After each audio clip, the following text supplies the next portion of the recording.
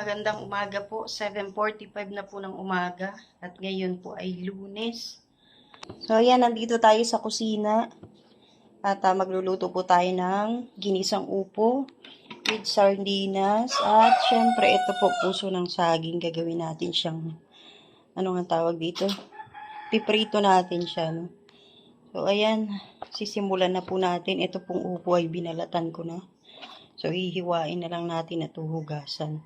Ayan, simula na po tayo. Ito palang puso ng saging ay gagawin nating torta, kaya tayo may itlog.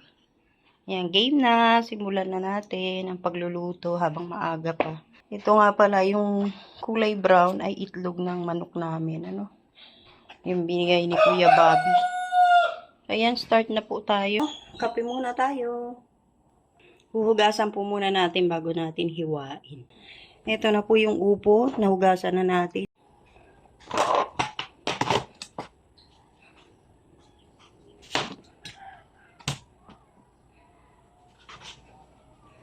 Sigas.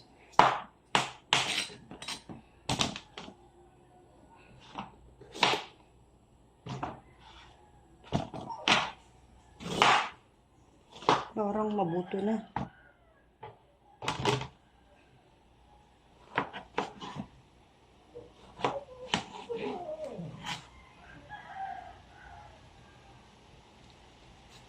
Tatanggalin na lang po natin yung buto kasi matigas na.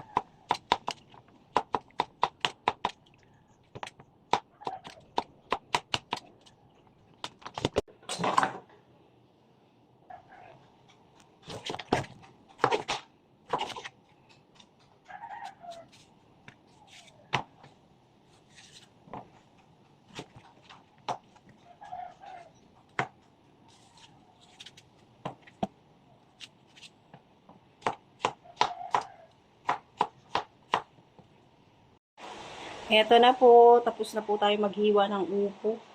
Mas marami pa po yung natanggal kaysa sa nahiwa natin. Ngayon, ipiprepare po muna natin lahat. Ihiwain muna natin lahat. Saka natin iluluto. I-ready natin yung mga dapat hiwain. Uy, tigas. Kukunin lang po natin yung pinakamalambot.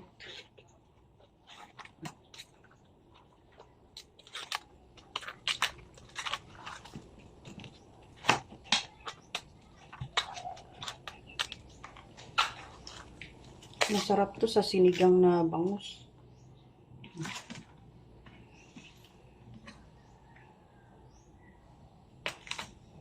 Tigas.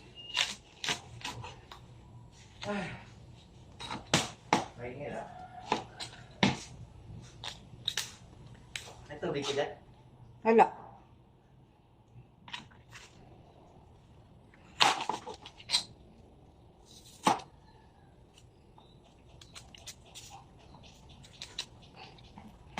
So, ayan, inipisan lang natin.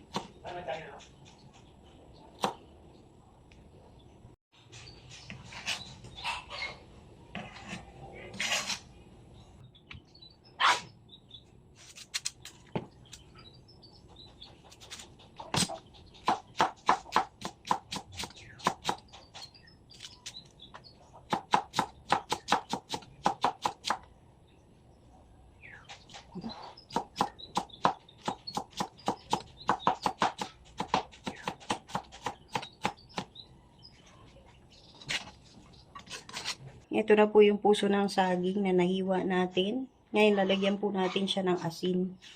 Bababaran po natin siya ng asin.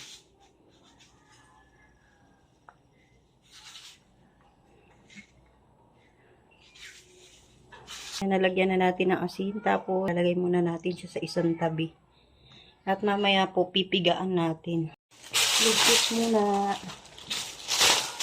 Daming basura eh.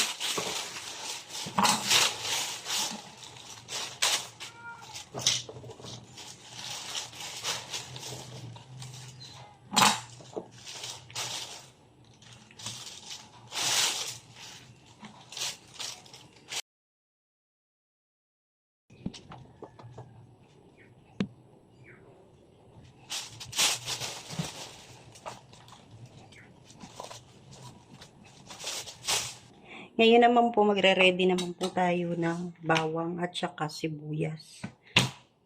Magigisa na po tayo.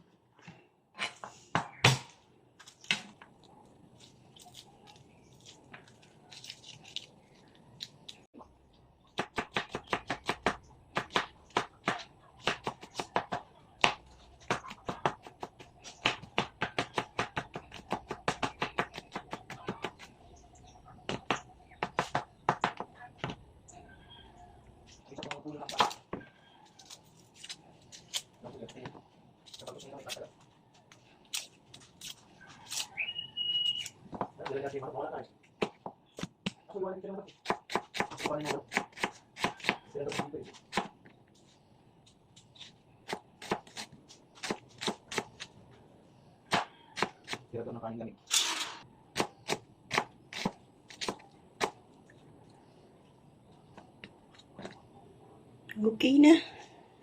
Nahiwa na natin yung bawang at sibuyas. Paghahatiin na lang po natin para sa puso ng saging at saka sa upo.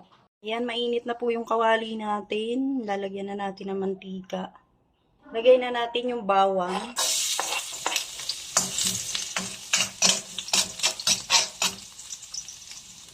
Sibuyas.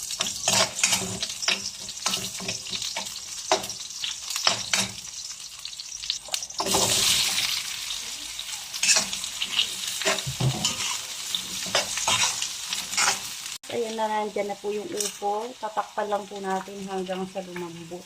Hindi na po natin nalagyan ng sabaw. Sardinas na lang po talaga yung magiging sabaw niya. No?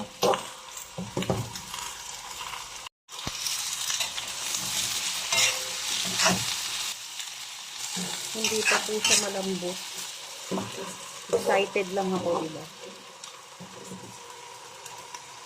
Yan, habang inaantay natin lumambot yung upo, pipigaan na po muna natin itong puso ng saging. Tatanggalan natin ang katas.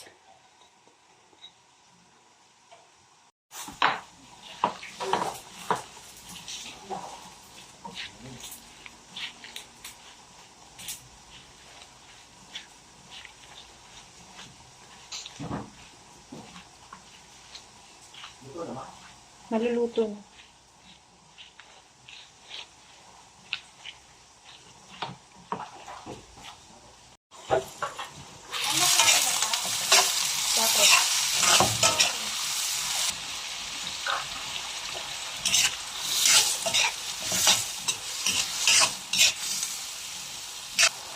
Tapos lagyan natin ng patis.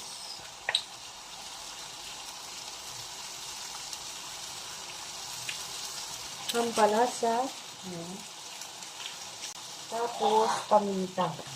May thank you kay Ate Ani. May pabinta ko. Lagyan natin paminta. Sabi,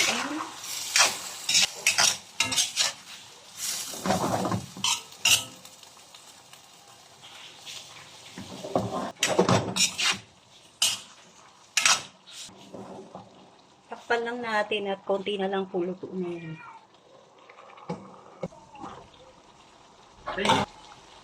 Tapos ang pangpinali lalagyan natin ng chili flakes ni Papa Jomar. Para medyo maanghang.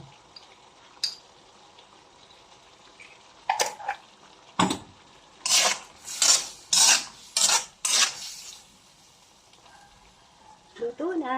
Pwede na kumain. Sandukan ka na, Pure? Ha?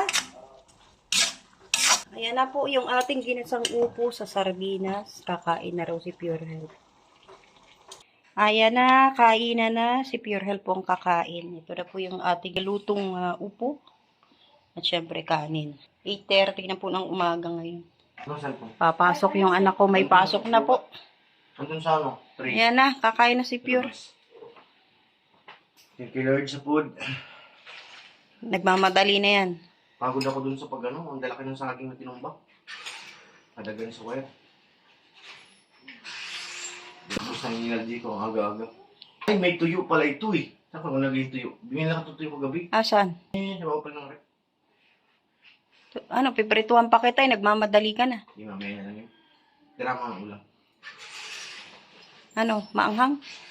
Tama lang. Makang gulay oh.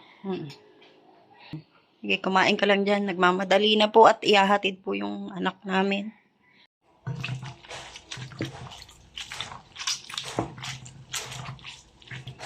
Grabe oh.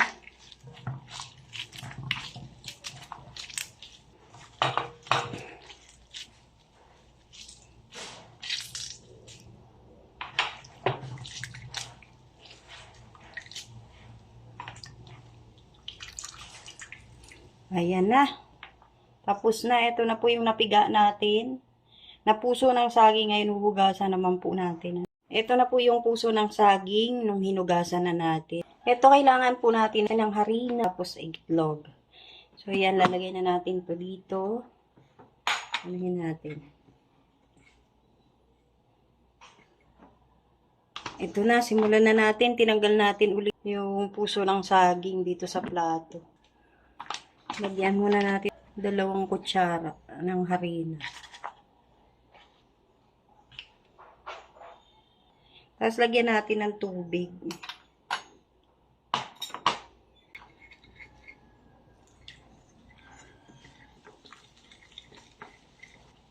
Tapos lagyan natin ng itlog.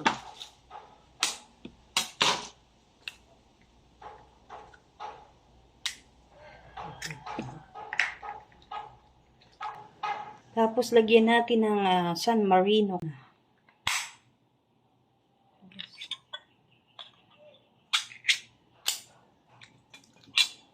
Yun o. Para may lasa na siya. Ayan, dagdagan pa natin ng 1 kutsarang harina. Nilagyan na po natin ng asin, pampalasa, at paminta. Ayan na, okay na po ito. Natimplahan na natin. Ngayon po ilalagay na natin yung puso ng saging.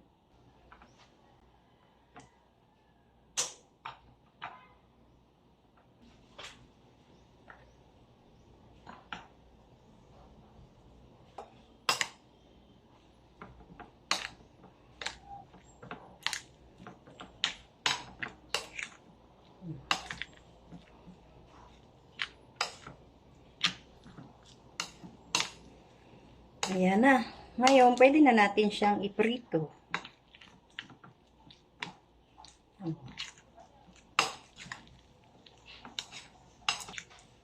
Ayan na. Okay na po. Ipiprito na po natin. Ilalagay pala natin yung bawang at sibuyas para mabango. Ayan. Tapos, ito, dito natin itatakal yung kung gaano kalaki yung itutorta natin. Para mabango siya pag kinain, di ba?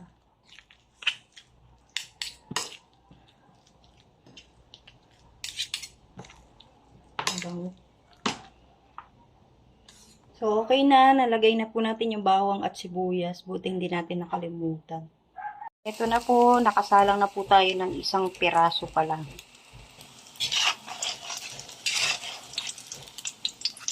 Uy! O, diba?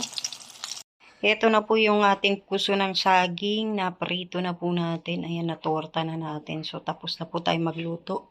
Ayan, maraming salamat po sa lahat ng manunood. Shoutout po sa inyong lahat. Magandang umaga po. 10:30 na po. God bless po. Mabuhay.